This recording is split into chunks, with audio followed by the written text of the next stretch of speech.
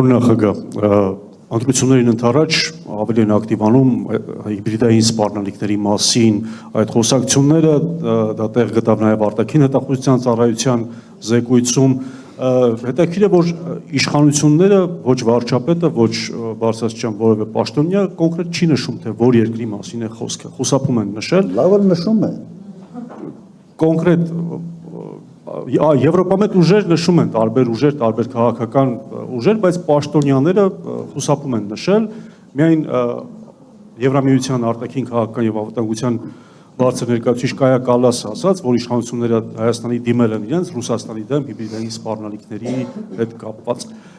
Ըստ ձեզ այս գործոնը, այսպես կոչված հիբրիդային սպառնալիքի այս հատվածը, այս հակառակորդը ինչպես կարող է ազդել ընտրությունների վրա, ինչ լրացուցիչ դիվիդենտներ կարող է տալ քաղաքական ուժին իշխող։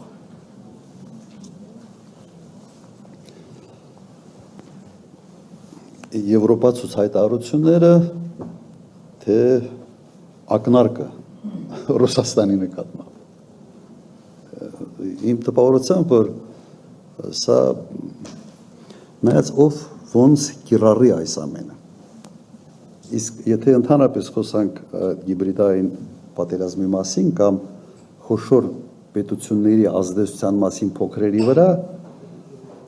հիմա տեսնում ենք Տրամպը ոնց է իր հարցերը լուծում։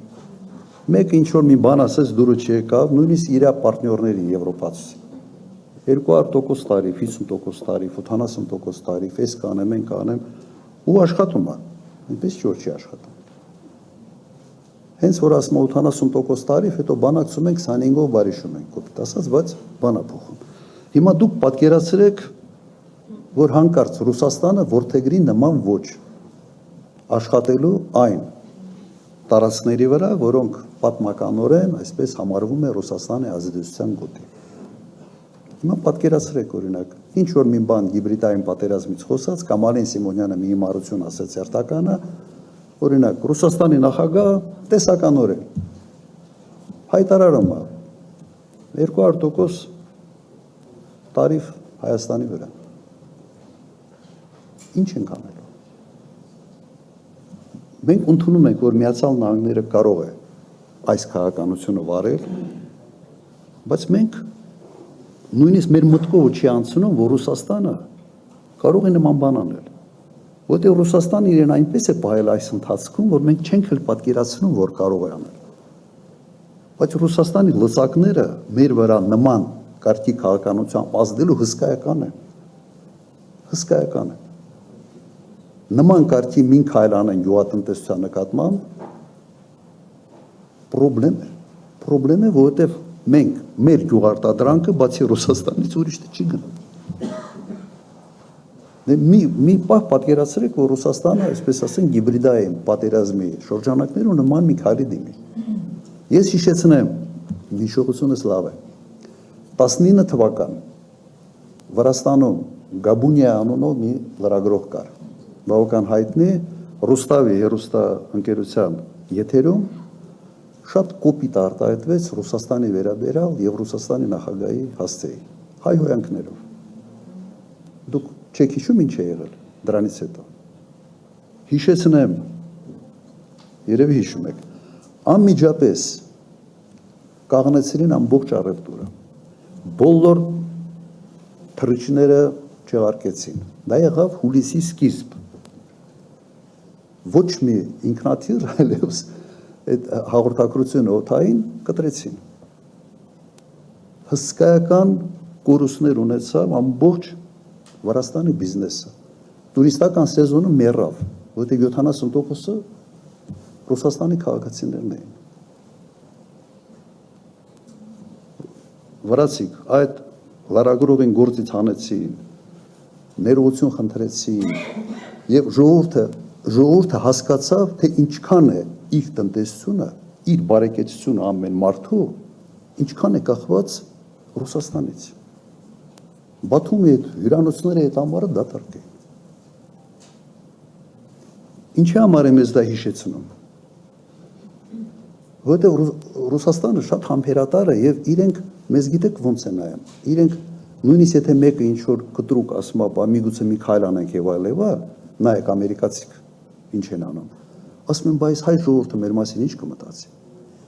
Շատ զգայուն են նրա վերաբերյալ, թե մեր ժողովուրդը ինչ կմտածի Ռուսաստանի նկատմամբ։ Սա գալիս է մեր sense ընդհանուր անցյալից, գալիս է որ մեկ երկրում ենք եղել, շատ գործոններ կա, նաև մշակութային կապերից, ազնական կապերից, սրանից է գալիս։ Բայց պատկերացրու, եթե մի պահ ուղղակի պատկերացրեք, եթե սկսեն վարվել Միացյալ Նահանգների պես։ Տրամպը չի մտածում, մեքսիկացին ինչ կմտածի, երբ որ ասում է տարիֆները 100% քննարկենք, կամ կանադացուց չի մտածում նա ինչ է մտածելու։ Իր ձերքին այս լծակը կա, կիրառում է, ասում է, հնարավորություն ունեմ, անում եմ։ Ու մենք դա չենք գնահատում, հակառակը, մենք Ռուսաստանի հասցեին ինչ ասես ուղղակի կամ անուղղակի փորձում ենք ցեղ շպրտել Ռուսաստանի վրա, չմտածելով, թե ինչ կարգի լծակներ ունի այդ երկիրը ազդելու համար մեր ժողովրդի տրամադրության վրա։ Ոչ միայն գյուղատնտեսությունը։ Դուք վերցրեք, վերջերս հրապարակվել է հարկատունների, խոշոր հարկատունների ցուցակը։ Վերևի 10 վերցրեք։ Դրանից 8 ամբողջությամբ փող են աշխատում Ռուսաստանի հետ հարաբերությունների վրա։ Մի հատ այս սենց մի հատ բանով կարան դրանց մուտքը Ռուսաստան փակեն։ Մի հատ այս սենց բան։ Դուք ճիշտ հասկացեք իրավիճակը։ Եթե փորձ են նման բան անել, ես առաջինն եմ լինելու, որ խնդրելու եմ չանեն, իմ կապերը օգտագործելով։ Բայց ես նաև պրագմատիկ հասկանում եմ, որ ինչ կարգի ազդեցություն կարող են ունենալ։ Եթե սա է հիբրիդային պատերազմը, հիմա ինչ ասեմ, դա ուղղակի բան է, ամոթ է։ Պարոն նախագահ, իսկ այդ խաղաթուղթը որքանով կաշխատի հօգուտ իշխանությունների ընտրությունների ժամանակ այդ։ Հիմա ես ինչի համար այսքանը ասացի։ Եթե այդ խաղաթուղթը սկսի նաև Ռուսաստանը կիրառել, ինչ ենք անելու։ Ես չգիտեմ ինչ են անել։ Այս խաղաթուղթը իրենք այո օգտագործելու են։ Ամեն կերպ փորձելու են սերմանել հակառուսաստանյան տրամադրությունները Հայաստանում։ Նա ինչ անում են։ Ենթադրում եմ, որ ազդեցություն ունենալու է։ Եվրոպացիք հեսա մայիսին գալու են Հայաստան, ինչ կարգի հայտարարություններ, ասես անելու են։ Իմիջիալս դա նույն Եվրոպան է, որ սենց լավ խրախուսեց ուկրաինացուց մտնել խորը սենց պատերազմի մեջ եւ հիմա ինչ Ստամբուլում պայմանավորում էին 22 թիվ ապրիլ ամիս։ Ընդամենը 1.5 ամիս էր պատերազմը, 1.5-2 ամիս։ Եվրոպացուց ակտիվ մասնակցությամբ ձախողել են բանակցությունները։ Եվ արդեն 4-րդ տարին է։ Ազդելու է։ Ինչ ենք անելու, պիտի փորձենք հակազդել։ Նաև նման կարգի մամուլի ասուլիսներով։